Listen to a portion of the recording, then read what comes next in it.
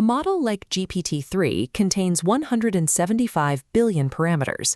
Storing those parameters at standard precision requires roughly 350 gigabytes of memory. That footprint immediately disqualifies it from running on standard consumer hardware. An IoT device, a decentralized Web3 node, or a single consumer GPU physically cannot load a 350 gigabyte file into memory.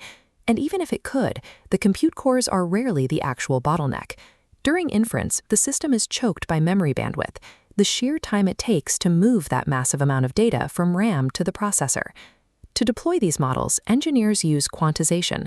This is the mathematical process of dividing continuous quantities, like floating point numbers, into a discrete, limited set of levels.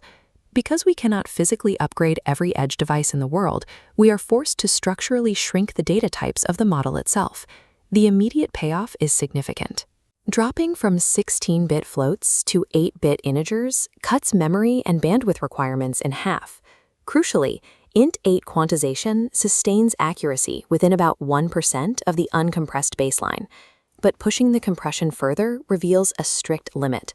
Drop to 4-bit or 2-bit quantization, and model accuracy experiences a sudden, non-uniform collapse.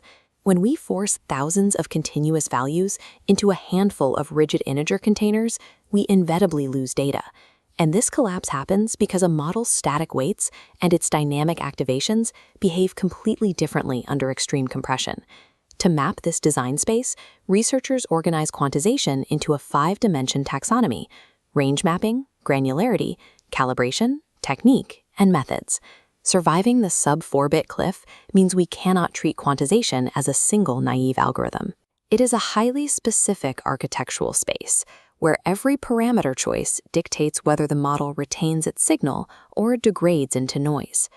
The first dimension is range mapping. This is the atomic operation of placing a continuous float onto a discrete integer grid. This diagram illustrates affine mapping. The quantized integer equals the rounded float multiplied by a scale plus a 0 point. The scale, S, compresses the continuous range onto the grid. A larger range widens the integer steps, causing coarser resolution. Then there is the 0 point, Z. Real-world data is rarely symmetric. The 0 point is an integer offset, shifting the data so the float 0 locks onto a grid point. Alternatively, symmetric scaling centers the range, dropping the 0 point to simplify computation.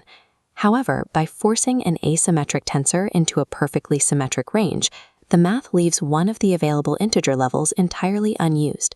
Wasting one level out of 256 is negligible at 8-bit. But at 2 or 3-bit, every single level counts. Losing one becomes a severe accuracy tax. The atomic choice between affine and symmetric mapping defines the baseline resolution of the entire model.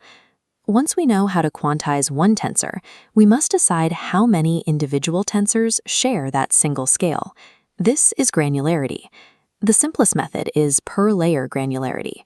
You calculate one scale and apply it to the entire weight matrix, requiring minimal bookkeeping, but introducing high error.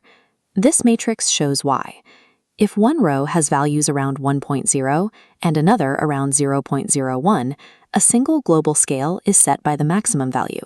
As that large scale is applied, the small row is starved of resolution, snapping into an undifferentiated block. To fix this, we use per-channel granularity. We assign a unique scale to every single row.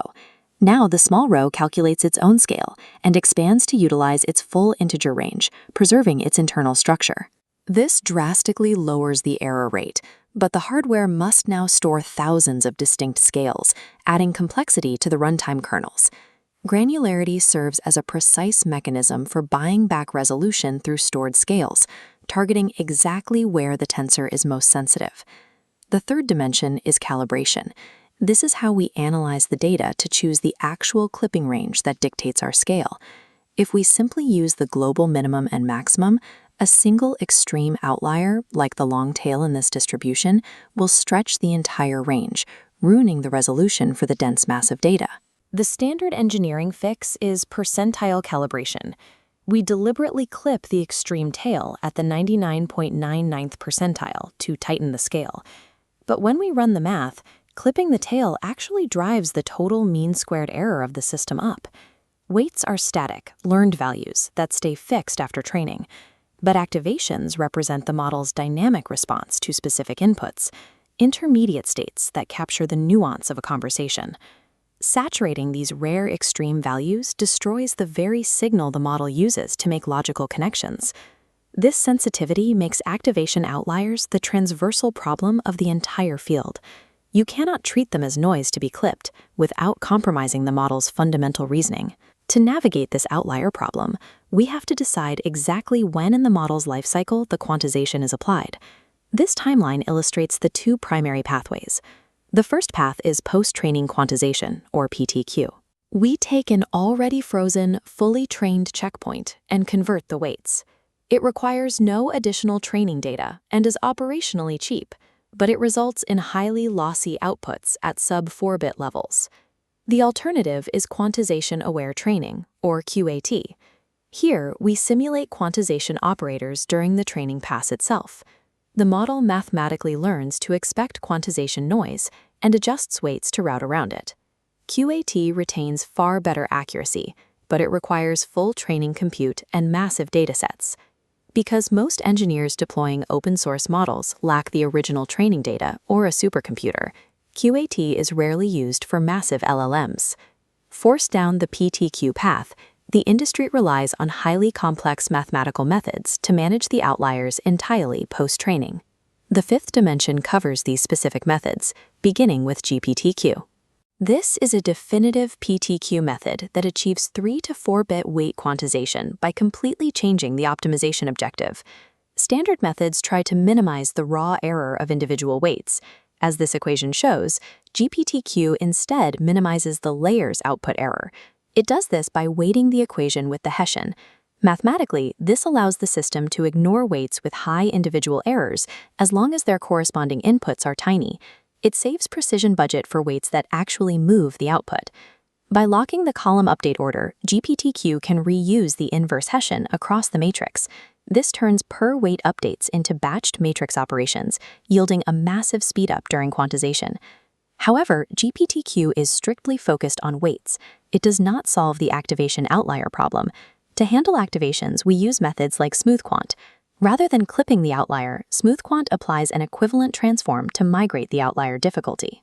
Because weights are mathematically easy to quantize and activations are hard, SmoothQuant scales the activation values down and scales the corresponding weights up. The final output remains exactly the same, but both tensors are now within a quantizable range. Modern quantization works by explicitly structuring the math to either tolerate error budgets, as in GPTQ, or physically migrate noise into more robust tensors, as seen in SmoothQuant. When we assemble these 5 dimensions, the architecture of LLM quantization becomes clear. Every method relies on a specific mapping function, a level of granularity, a calibration strategy, and a lifecycle technique. We are trading a few bits of precision for massive deployment capabilities. But success is entirely gated by how you handle the activation outliers. The field is moving fast. The bleeding edge is already advancing past the static, uniform quantization documented in the 2024 surveys. Newer methods use Hessian-aware mixed precision. The model spends its bit budget dynamically, assigning 8 bits to highly sensitive layers and compressing robust ones down to 2 bits. But even as the industry evolves toward dynamic mixed precision, this 5-dimension framework remains the permanent foundational physics required to compress and deploy the future of AI.